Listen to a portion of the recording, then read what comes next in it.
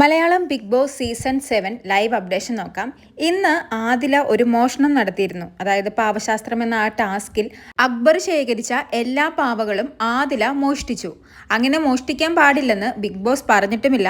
ആ ഒരു മോഷണം ഗെയിമുമായി ബന്ധപ്പെട്ടാണ് നടത്തിയത്. എങ്കിലും ആദിലയ്ക്കും നൂറയ്ക്കും ഒരു പേടിയുണ്ട്. വീക്കെൻഡ് എപ്പിസോഡിൽ ഇനി ലാലേട്ടൻ ആദില മോഷ്ടിച്ചത് TV-യിൽ ഇട്ട് കാണിക്കുമോ എന്ന്. എന്നിട്ട് നൂറ തന്നെ പറയുന്നുണ്ട് അങ്ങനെ ചെയ്യാൻ പാടില്ല, അത് ബിഗ് ബോസ് നമ്മളോട് ചെയ്യുന്ന അൺഫെയർ ആണ്. ഇവിടെ എത്രയോ പേര് കള്ളത്തരം കാണിക്കുന്നു, അതൊന്നും ബിഗ് ബോസ് TV-യിലിട്ട് കാണിക്കുന്നില്ലല്ലോ, അപ്പോൾ ഇതും കാണിക്കരുത്. അങ്ങനെ ചെയ്താൽ ബിഗ് ബോസ് അൺഫെയർ ആണ് ചെയ്യുന്നതെന്നൊക്കെ.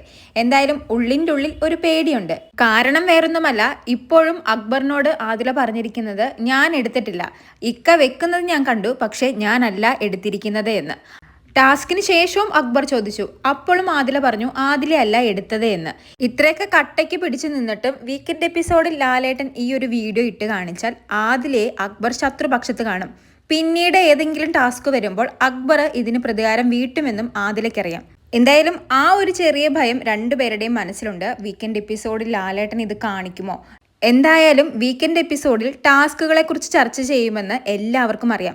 അതിൻ്റെ കൂടെ തമാശയ്ക്ക് ഈ ഒരു മോഷണവും കൂടി കാണിക്കുമോ എന്നാണ് ഇപ്പോൾ ഇവരുടെ പേടി.